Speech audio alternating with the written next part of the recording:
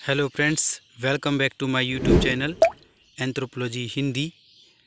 आज हम शारीरिक मानव विज्ञान की शाखाएं पढ़ेंगे। शारीरिक मानव विज्ञान क्या होता है। सबसे पहले हम प्रीवियस ईयर के क्वेश्चन पेपर को देख लेते हैं कि किस प्रकार के क्वेश्चन एग्जाम में पूछे गए हैं।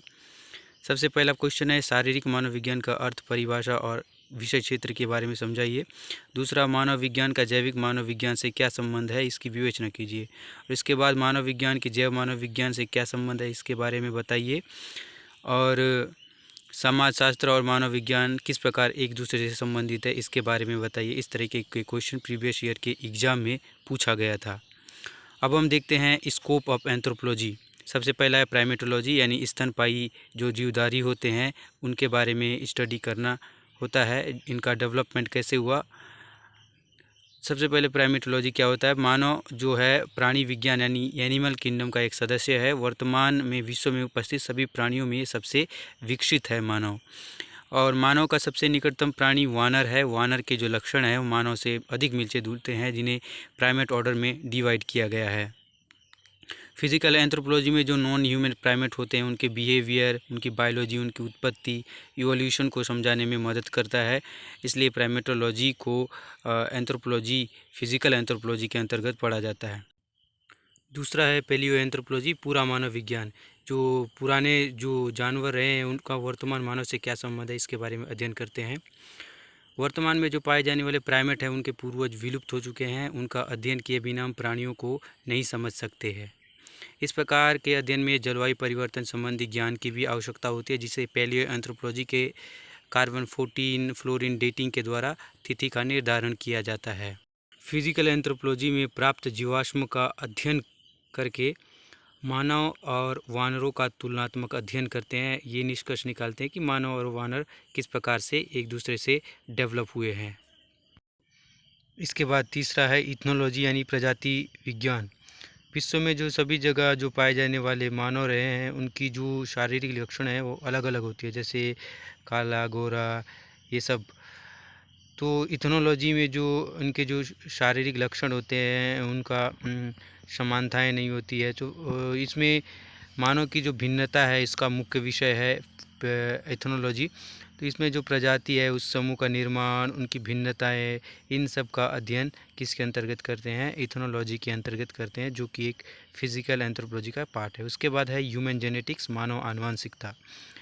इसमें जो जेनेटिक डिसऑर्डर रहे हैं, सेक्सुअल ट्रांसमिटेड डिजीज़ रहा है, इनका क्योर और रोकथाम कैसे किया जाता है। मानव आनुवंशिक के बढ़ते ज्ञान ने विभिन्न प्रकार के आनुवंशिक बीमारियों को ठीक करने का खोज निकाला है।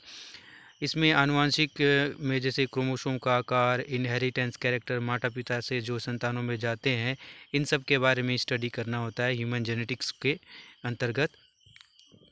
और जो सेक्सुअल ट्रांसमिटेड डिसीज़ हो गया उन सब का डीएनए टेक्नोलॉजी के द्वारा, यानी जो सिकल सेल एनीमिया हो गए, इन सब को डीएनए टेक्नोलॉजी के द्वारा ठीक करने की दिशा में काम चल रहा है। उसके बाद है फॉरेंसिक एंथ्रोपोलॉजी, न्यायालयिक मानव विज्ञान, जो इसमें ह्यूमन के लीगल कॉन्टेक्स्ट के बारे में अध्ययन करते हैं, क्राइम के बारे में सुराग जुटाने में हेल्प करता है। जिसमें जो फिंगर प्रिंटिंग हो गया, ब्लड ग्रुप डिटेक्शन हो गया, डीएनए टेस्टिंग हो गया, बोन डिटेक्टेशन हो गया, इन सब का अध्ययन करते हैं।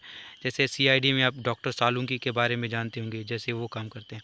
उसके बाद मेडिकल एंथ्रोपोलॉजी, चिकित्सा मानव विज्ञान। इसमें फिजिकल एंथ्रोपोलॉजी में जो ह्यूमन सोसाइटी में जो रोग रहे हैं, जो लंबे समय से चले आ रहे हैं, उसके बारे में स्टडी करते हैं। और इस प्रकार के रोगों में जो पीढ़ी दर पीढ़ी एक दूसरे में हस्तांतरित होते हैं, इनके समाधान की विधियों का भी इसमें अध्ययन किया जाता है। जैसे कि सेक्सुअल ट्रांसमिटेड डिसीज़ हो गया, इन सब का क्योर भी कैसे किया जाता है। उसके बाद है डेंटल एंथ्रोपोलॉजी, जिसमें दंत मानव विज्ञान। दंत मानव विज्ञान में मानव के दांतों का अध्ययन करते हैं कि जो मानव का जो इवोल्यूशन है वो उसको समझने में दांतों की बहुत ही महत्वपूर्ण भूमिका होती है। जो अन्य प्राणियों के जो दांत रहे होंगे वो किस प्रकार से रहे होंगे।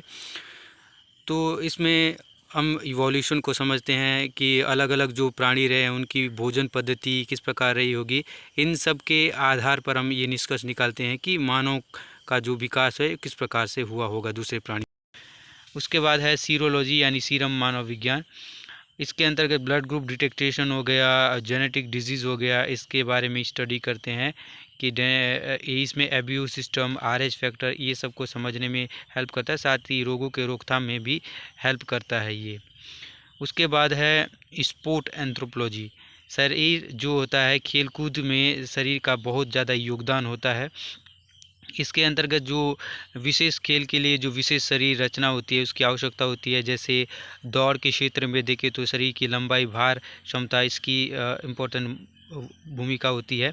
फिजिकल एंथ्रोपोलॉजी, सोमेटोमेट्री, इस सब के द्वारा ह्यूमन का मेजरमेंट किया जाता है। उसके बाद है एंथ्रोपोमेट्री। एंथ्रोपोमेट्री के अंतर्गत जो शरीर के जो लक्षण है उसको मापा जाता है, किस प्रकार के लक्षण हैं। जैसे मानव की जो खोपड़ी है और नाक को मापने के लिए अलग अलग इंडेक्स बनाया गया है, इसके लिए अलग अलग नंबर में भी इसको डिवाइड किया गया है। जैसे एग्जाम्पल के तौर पर देखते हैं कि सिर की लंबाई और चौड़ाई के लिए सिफेलिक इंडेक्स और नाक की लंबाई और चौड़ाई के लिए नेज़ल इंडेक्स बनाया गया है। यह सब शारीरिक लक्षण विभिन्न मानव प्रजातियों के तुलनात्मक अध्ययन का आधार बनती है। जैसे यहाँ पे स्कल का मेजरमेंट किया जा रहा है। आई होप गाइज आपको ये वीडियो समझ में आया होगा। मिलेंगे नेक्स्ट वीडियोज़ में, तब तक के लिए हमारे साथ जुड़े रहने के लिए आप सभी का बहुत बहुत धन्यवाद।